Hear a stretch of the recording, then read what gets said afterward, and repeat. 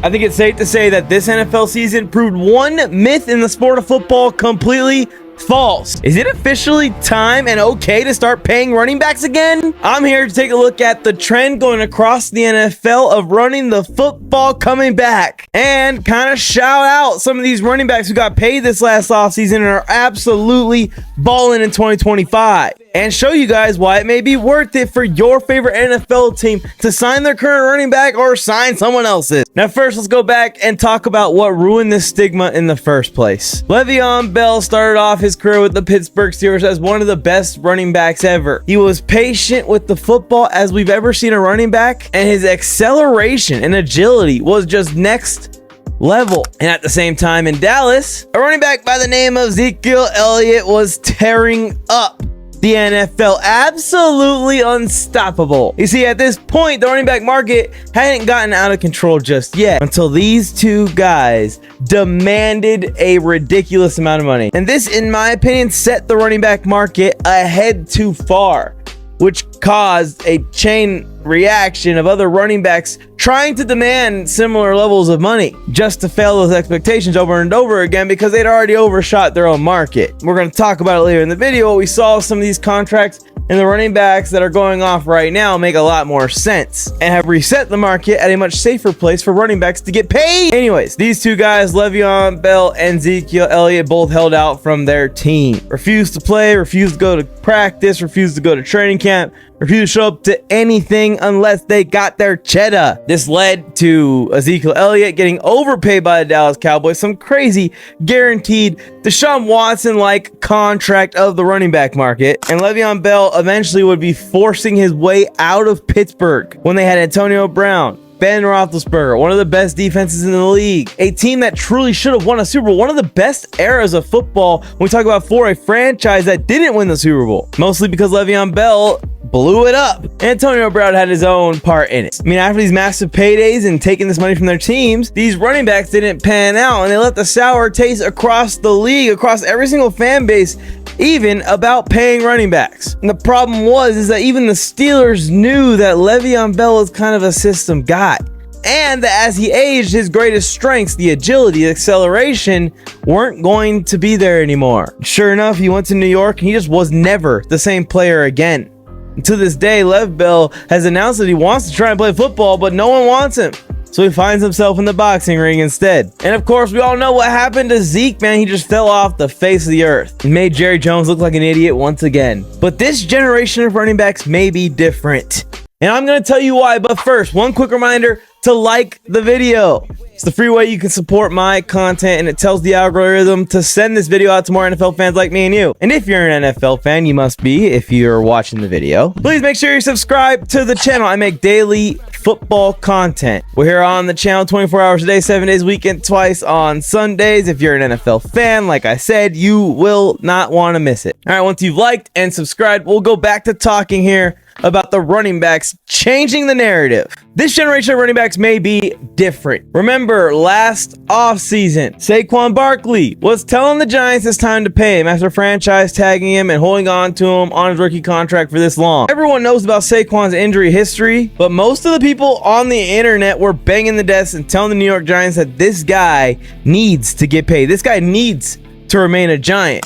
But the Giants instead gave the money to the defensive side of the ball. The Giants instead gave the money to Daniel Dumps, and Saquon Barkley walked in free agency to the Philadelphia Eagles. And it's crazy because I always felt that Saquon Barkley was the face of the franchise over in New York.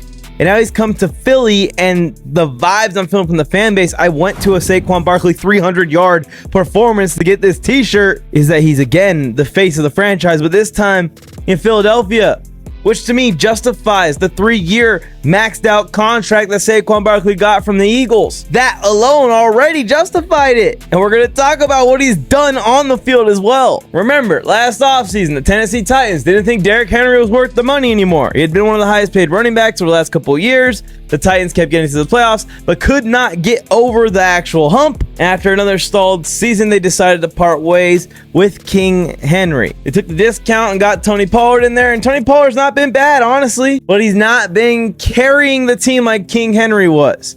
And now we're seeing it. Tennessee Titans are absolutely falling apart with bad QB play. The defense isn't as lethal, and Derrick Henry is keeping them rested on the sideline for half of the game. And things are falling apart in Tennessee. Remember, last offseason, the Las Vegas Raiders refused to pay Josh Jacobs. And it seemed like Josh Jacobs was a Raider through and through. He wanted to stay in Vegas. Antonio Pierce and Jacobs seemed like they were cool. He led the league in rushing just 2 years prior and hadn't had a bad year through injuries the year before. He had earned this payday. And the Raiders refused. And it's crazy because the Packers got him on an extremely team-friendly deal. The total number is crazy, $40+ million, I know. But Josh Jacobs' contract is not guaranteed year to year. The Packers can cut ties at any time. Josh Jacobs is basically saying, you guys pay me at the top of the market value for the time that I'm performing. And the Raiders did not take that deal. And guess what? Josh Jacobs is performing. We're going to talk about that. And Joe Mixon was over with the Cincinnati Bengals. This offense is crazy without Joe Mixon. Imagine how amazing it would be if they still had Joe Mixon. Joe Mixon's missed a few games this year. He's not having quite the same impact those other guys just listed are. But still, when he's on the field, man, he's been a game changer for the Texans. He's brought some leadership to that offense, and he's given them something that none of the running backs they had given them out of the backfield as a pass catcher too. But my question to you is, was it worth it to sign these guys? Because this season, 3 of those 4 running backs lead all running backs in rushing yards, all-purpose yards, and all-purpose touchdowns. Josh Jacobs is back to normal in Green Bay with the Packers. He's already got 1,247 all-purpose yards this season and 9 total touchdowns. Very similar to some of Josh Jacobs' best years with the Las Vegas Raiders. And the Packers are in the thick of it in the NFC picture right now. You can see the Packers as a wild card team in a division where the Detroit Lions are winning the division, being very scary for any NFC team in the first round, second round, and NFC championship. They made it very far in last year's playoff tournament without Josh Jacobs. I bet Devontae Adams also wishes he went with Josh Jacobs to the Green Bay Packers right now. And Josh Jacobs is doing that in Green Bay while the entire Raiders team is shoving cheese where the sun don't shine. Josh Jacobs has more rushing production this season than the entire Raiders team of running backs combined. It makes me so sad but so happy at the same time to see. The Titans thought Derrick Henry was finally slowing down, that maybe this season would be the season that he looks a little washed. Derrick Henry's having one of the best years of his career with the Baltimore Ravens. At a time, there were MVP talks around Derrick Henry. Obviously, all of those have shifted towards Lamar Jackson, Josh Allen, Saquon Barkley. Well, the Titans are over in Tennessee facing elimination without him already. Kind of showing that Derrick Henry and Mike Vrabel were the glue in Tennessee. And that he was carrying that franchise on his back. Then you look at Saquon Barkley. He needs no introduction. Not only is he reverse hurdling guys, having an absolute blast out there, he's put up 1,766 all-purpose yards while doing it. Having a record-breaking yardage production season. With 13 touchdowns, and keep in mind that Jalen Hurts has stolen like 10 with a tush push on the 1-yard line. Saquon Barkley has almost 1,000 more yards rushing than the Giants' leading rusher right now. I was saying it in the preseason. Saquon Barkley was an absolute match made in heaven for the Philadelphia Eagles. And I guarantee you, every Eagles fan, the entirety of the Eagles coaching staff and management will agree, Saquon is worth every single penny that they're paying him. And they are very thankful for the New York Giants being an absolute piss-poor organization. And then Joe Mixon, who's having an amazing season now with the Texans, catapulting that team to a for sure locked-in playoff caliber team, while Cincinnati Bengals are falling apart in Cincinnati. These 4 running backs together, I put up 5,676 all-purpose yards and 49 total touchdowns. Both more than every NFL team in the league has this season, even the teams with these running backs on them. Maybe the most important stat that puts this don't pay running backs myth to bed is the fact that teams who paid these running backs this season have a combined record 35-15 in 2024, while teams who lost these running backs this season are combined record 11-37. And this is without taking into account that Alvin Kamara got paid mid-season this year. He's going off once again. He has 1,344 all-purpose yards, 12 touchdowns. Jonathan Taylor held out for a contract this offseason and got his payday with the Colts to stay in Indy. He's got 900 yards. He's missed a few games, 6 touchdowns. James Conner just got paid mid-season in Arizona, putting up 1,074 yards, 5 touchdowns. And David Montgomery, of course, got his big payday to remain with the Lions for a couple years. Him and Jahmyr Gibbs are going to be a dominant duo for years to come, too. He's got 997 yards, almost 1,000 this year, and 11 touchdowns. We're starting to see the trend flip from don't pay the running back to all of a sudden everyone is paying their running backs. And we're going to see it here in the future. In 2025, Najee Harris, Nick Chubb, they're both going to hit the market. I personally would pay Nick Chubb after everything he's done, even with a little bit of the injury scare.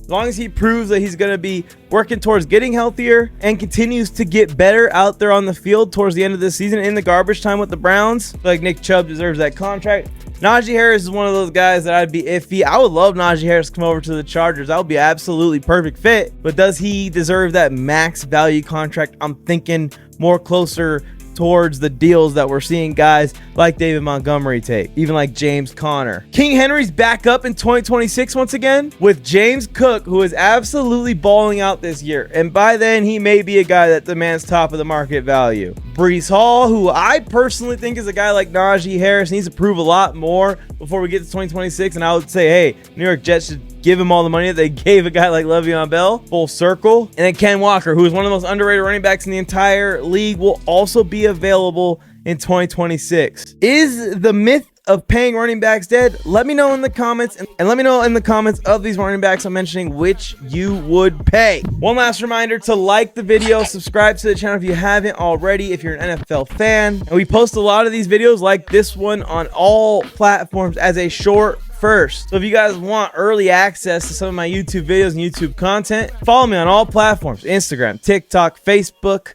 and Twitter, the main one. Will the running back market continue to soar through the roof, eliminating this problem forever? And will the running backs continue to make these teams look smart for signing their running backs? I guess sooner rather than later, the ball definitely won't lie. Thank you for tuning in to another NFL Mike video. Now it's time to go make more football friends, or go and compete in the Mike's Pickems challenge, or against me in daily fantasy football challenges by joining my completely free NFL group chat. Or head to fifthdown.shop and check out and see if we got your team's newest designs. Or now you can simply rep your favorite players without having to wear another team's gear. And then tag us in pictures of you wearing your Fifth Down merch for a shout out in the next episode of NFL Mike's Corner, and help us reach our goal of getting 1,000 NFL fans wearing Fifth Down. Or you can head to the next NFL Mike video by clicking it. It's on your screen. Go ahead.